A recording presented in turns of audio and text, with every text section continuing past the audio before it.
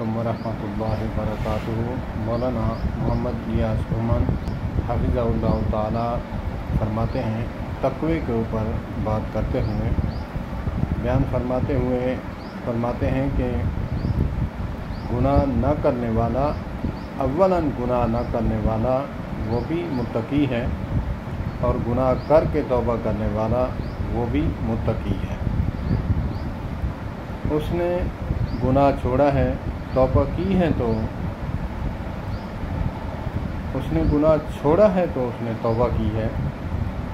اولاً گناہ نہ کرنے والا وہ بھی متقی ہے، اور گناہ کر کے توبہ کرنے والا وہ بھی متقی ہے۔ اور وہ فرماتے ہیں کہ متقی ایک بیابان جگہ پہ جا رہا ہے، ایک شخص اگرچہ یوں مثال دوں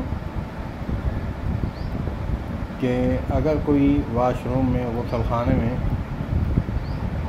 برہنہ نہاتا ہے تو اس میں گنجائش ہے، لیکن تقوی نہیں ہے۔ تقوی یہ ہے کہ واش روم میں بھی کپڑا، چادر، اوڑھنی باندھ کر ہی نہائے، یہ تقوی ہے۔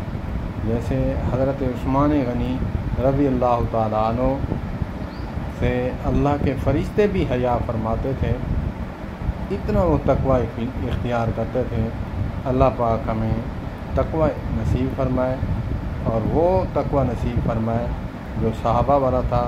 اللہ پاک ہمیں صحابہ والا ایمان بھی نصیب فرمائے اور تقوی بھی۔ والسلام علیکم ورحمۃ اللہ وبرکاتہ۔